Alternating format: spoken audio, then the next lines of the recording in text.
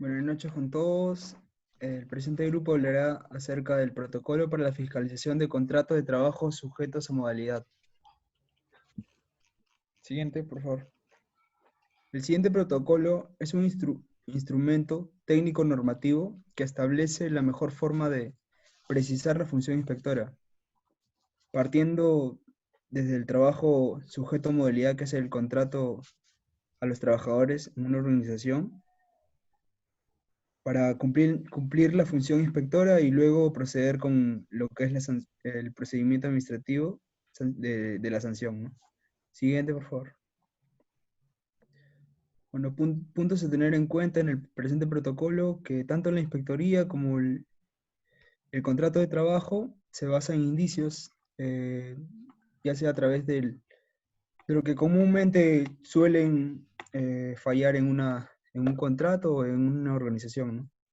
Y el principio de sigilo profesional del sistema de inspección, que está en la obligación no solo de mantener el cumplimiento, sino también de abstenerse de divulgar el conjunto de información correspondiente de la empresa. Siguiente. Bueno,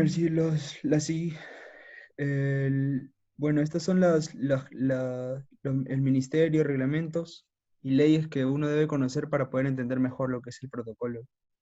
Tanto la Ley General de Inspección del Trabajo, el Reglamento de Ley de Fomento del Empleo, Autoridad Administrativa de Trabajo, Ley de Productividad y Competitividad Laboral, Sistema de Inspección del Trabajo, Ministerio de Trabajo y Promoción de Empleo, Reglamento de la Ley General de Inspección de Trabajo, la Superintendencia Nacional de Fiscalización Laboral. A continuación va a continuar la exposición mi compañera Maricielo. Bien, ahora vamos a hablar de las disposiciones generales. Terminó de hablar nuestro compañero Gustavo. Bien, ahora respecto al protocolo para la fiscalización de contratos sujetos a modalidad, es importante mencionar pues que este es un instrumento dinámico que se va actualizando de manera continua dentro de un proceso de mejora también continua del sistema de función inspectiva. ¿Y cómo se hace? Pues es producto de todos los expedientes o las recomendaciones que los inspectores sacan producto de las visitas y también de las sugerencias y recomendaciones que hacen tanto empleadores como empleados. Es importante mencionar que con la finalidad pues de garantizar una aplicación sistemática de este protocolo está basado sobre las reglas generales para el ejercicio de la función inspectiva. Y también es importante conocer que a lo largo pues vamos a ver términos como inspector actuante o comisionado, y pues es para llamar a los servidores que se encuentran dentro de esta función inspectiva del Ministerio de Trabajo y Promoción del Empleo. Eh, Pasando a las actuaciones inspectivas o comprobatorias sobre los contratos de trabajo sujetos a modalidad, tenemos pues que el inspector comisionado se va a remitir a las reglas que están en la directiva sobre reglas generales para el ejercicio de la función inspectiva. Este pues evalúa la pertinencia de la modalidad de contrato o de la modalidad de actuación inspectiva a usar para así pues verificar el uso adecuado de los contratos sujetos a modalidad. En cuanto a la comprobación de datos en el uso de la función inspectiva, el inspector puede utilizar pues o recurrir a la Subdirección de Registros Generales del Ministerio de Trabajo y Promoción del Empleo, a la Oficina de Estadística e Informática, al portal web de Exunat también para acceder pues a la ficha RUT del sujeto inspeccionado. En cuanto a la visita y o comparecencia, el recorrido por las instalaciones de la empresa y las entrevistas efectuadas a representantes de trabajadores y empleados sirven pues para identificar las labores que realizan los trabajadores comprendidos en la investigación. Se va a procurar entrevistar siempre a los jefes de los trabajadores según un caso concreto. El inspector comisionado contrasta la siguiente información: declaraciones de trabajadores, las declaraciones de los representantes de los trabajadores, los hechos verificados durante la inspección y también toda la documentación recopilada durante dicha visita. En caso pues se constate que existe una discrepancia entre los hechos constatados, siempre se le va a dar pues prioridad a los hechos que han sido observados durante dicha inspección. Pueden encontrarse aquí las funciones de trabajo, los roles, los turnos y los cronogramas también de trabajo. Criterios generales a verificar en los contratos de trabajo sujetos a modalidad. El inspector de trabajo pues va a verificar que los contratos de trabajo estén por escrito y por triplicado. Además va a verificar que estos contratos tengan pues de manera explícita la duración y la causa objetiva de dicha contratación según el tipo de contrato. Además, puede solicitar un contrato de trabajo por escrito, documentos que acrediten esta causa objetiva de la contratación, relación de todo el personal de la empresa, así como las áreas y los puestos de trabajo, y también el organigrama de la empresa. Aspectos formales, el inspector va a verificar pues, que el empleador cumpla con registrar el contrato dentro de 15 días naturales y que a la vez cumpla con entregar el contrato dentro de 3 días hábiles. Ahora, el inspector puede solicitar otros documentos, como un comprobante de envío del contrato de trabajo o también una constancia de entrega del contrato de trabajo sujeto a modalidad. En cuanto a la documentación solicitada, el inspector podrá recopilar toda la información idónea y pertinente que permita verificar la causa objetiva que sustente el contrato modal celebrado entre ambas partes. Luego, el requerimiento de la documentación señalada será en función pues, de la actividad económica que realice el empleador y solicite toda la documentación. En caso pues, el empleador no cuente con esta información, puede solicitar otra que considere necesaria o que permita avalar y cumplir con la función inspectiva. Ahora le paso a mi compañera Rosa Garcés, que va a empezar hablando. Gracias. Yo voy a hablar sobre los criterios específicos a verificar en los contratos de trabajo sujetos a modalidad. Hablamos de los contratos de naturaleza temporal. En el contrato por inicio o incremento de actividad, el inspector requiere al empleador que señale si el contrato se dio por inicio de la actividad productiva, solicitando la constancia de inscripción o escritura pública de constitución de la empresa, y la licencia de funcionamiento, o si se dio por incremento de actividades ya existentes, solicitando la licencia de funcionamiento respecto de la nueva actividad que desarrolla la empresa, guías de remisión, facturas y otros sustentos que considere pertinente. En los contratos por necesidades de mercado, para la verificación, el inspector podría solicitar documentos que acrediten la variación temporal e imprevisible de la demanda en el mercado. Los libros contables, registros de compra y venta, facturas, boletas, etc. En el contrato por reconversión empresarial, se podrá solicitar la constancia de inscripción o escritura pública de constitución de la empresa, el sustento de la necesidad de contratación del trabajador, es decir, que esta necesidad nueva de la empresa no pueda ser cubierta por un personal permanente. Los libros contables, registros de compra, venta o arriendos de las maquinarias o sistemas nuevos introducidos en la empresa. En los contratos de naturaleza accidental, para el contrato ocasional se solicitará la escritura pública de constitución de la empresa, en la cual se indica el rubro, el organigrama con el detalle de áreas y puestos, los documentos que sustenten la necesidad transitoria para la cual se esté contratando al nuevo trabajador. En el contrato de suplencia, se va a solicitar los documentos que justifiquen la necesidad de reemplazar al trabajador titular de manera temporal. Es decir, el sustento que indique por qué el trabajador permanente no está en su puesto de trabajo, ya sea el descanso médico, la licencia por maternidad, una licencia que la empresa otorgue o cualquier otro documento. En el contrato de emergencia, se solicitarán los documentos que acrediten la ocurrencia de caso fortuito o por fuerza mayor. Informes técnicos de defensa civil, los reportes periodísticos, informes de organizaciones internacionales como OMS o locales como el MINSA, el Ministerio del Interior, etc.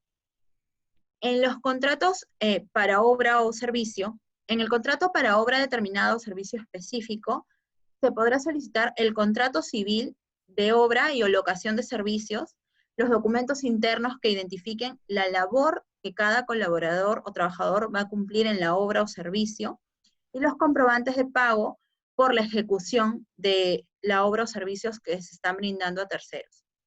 En el caso del contrato intermitente, se solicitarán los documentos que sustenten las condiciones oportunas para que se reanude intermitentemente el contrato, que justifiquen esta necesidad permanente pero discontinua de la empresa.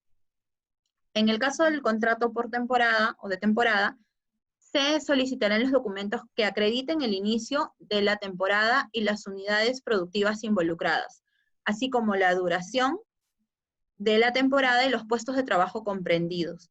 Los documentos de nivel de producción o ventas de la empresa que permitan identificar las funciones que desarrolla el trabajador en el puesto de trabajo para el cual está siendo contratado en la temporada determinada.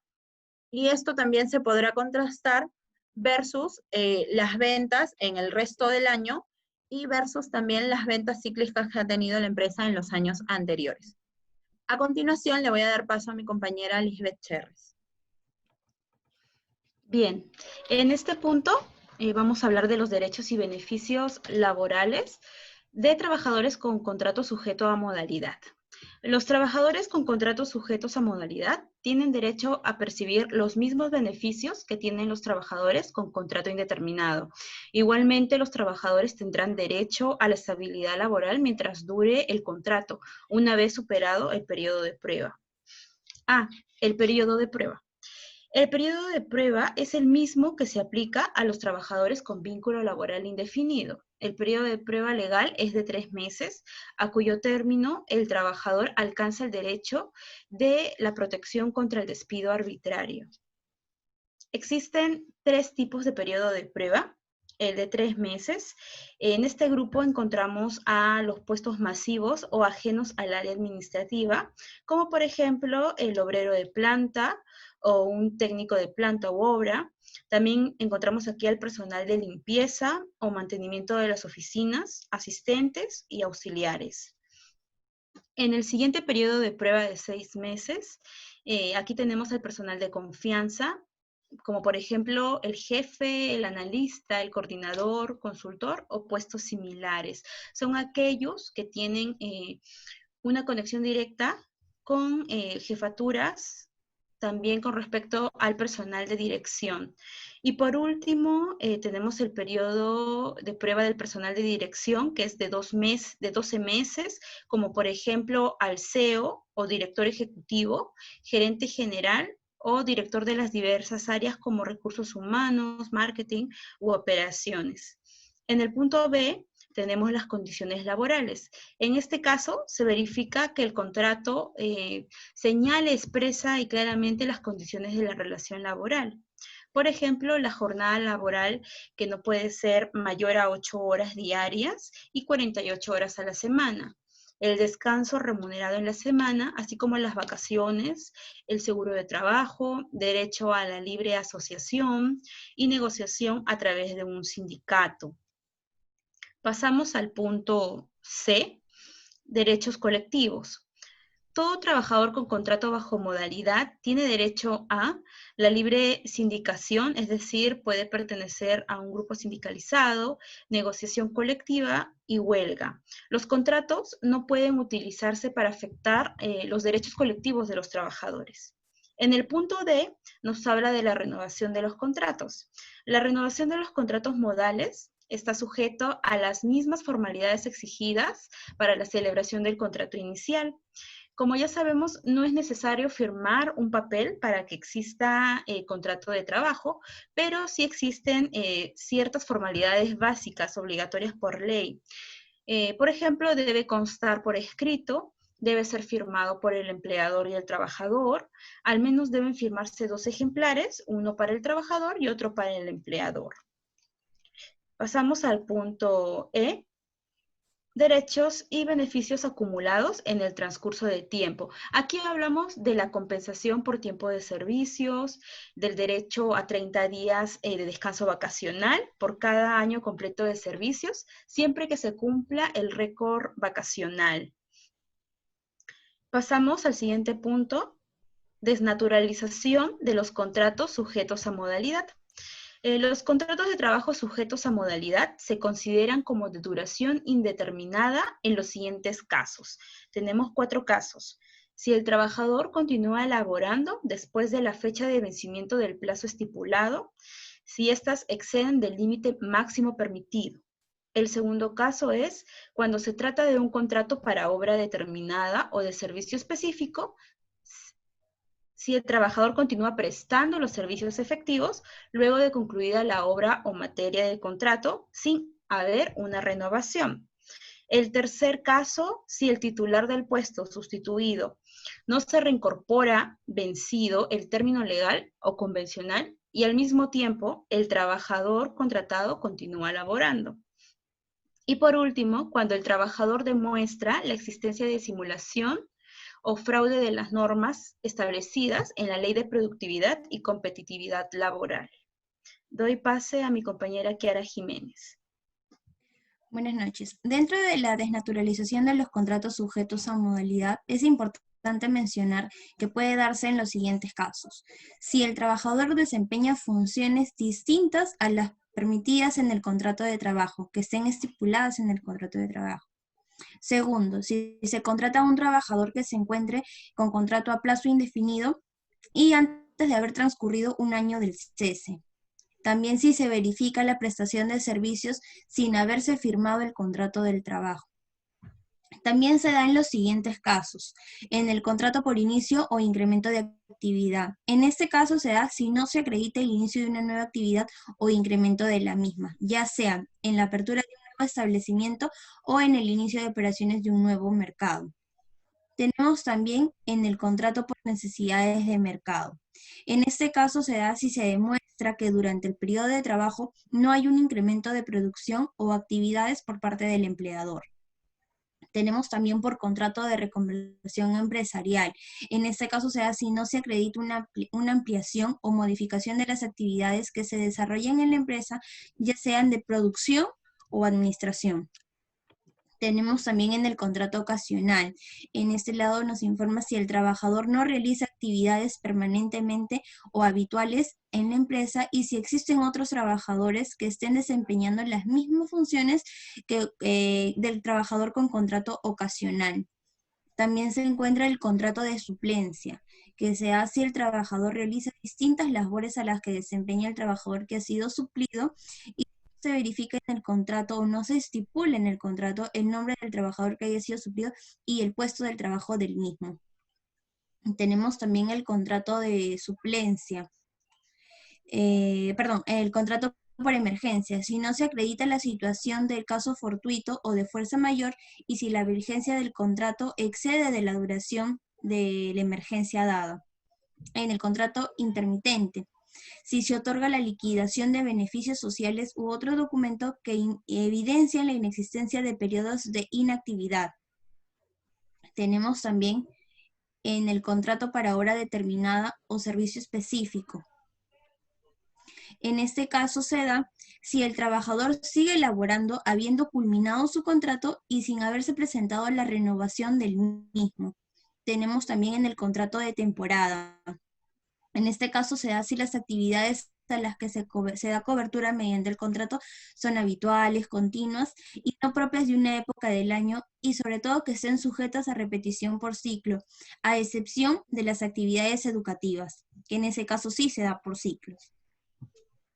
El inspector comisionado podrá considerar como indicios de naturalización después de su evaluación y con todos los medios que haya recabado y correspondientes al caso.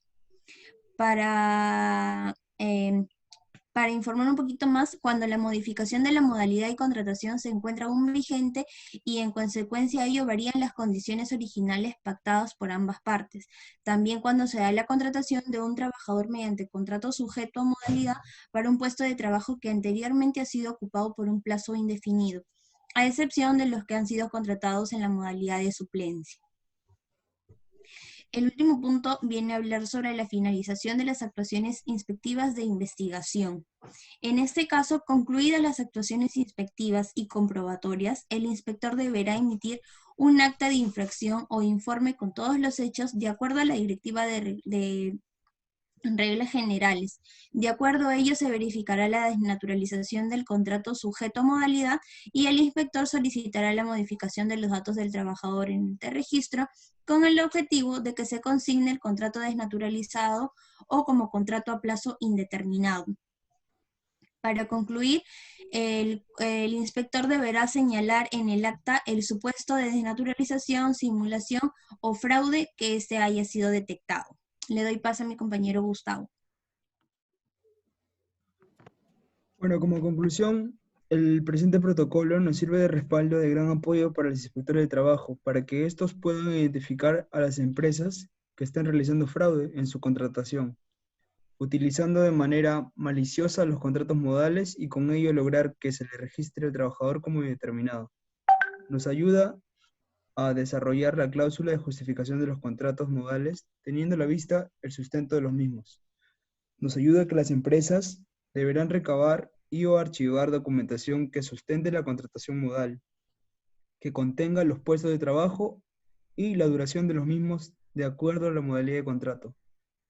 Nos ayuda a realizar una constancia de cargo de entrega de la copia del contrato del trabajador. Y como última conclusión, nos ayuda a realizar los perfiles de puesto y a tener detallado establecido el organigrama de cada empresa, con la finalidad de determinar qué puestos deben ser contratados de manera determinada. Bueno, de esta manera se culmina la exposición. Muchas gracias.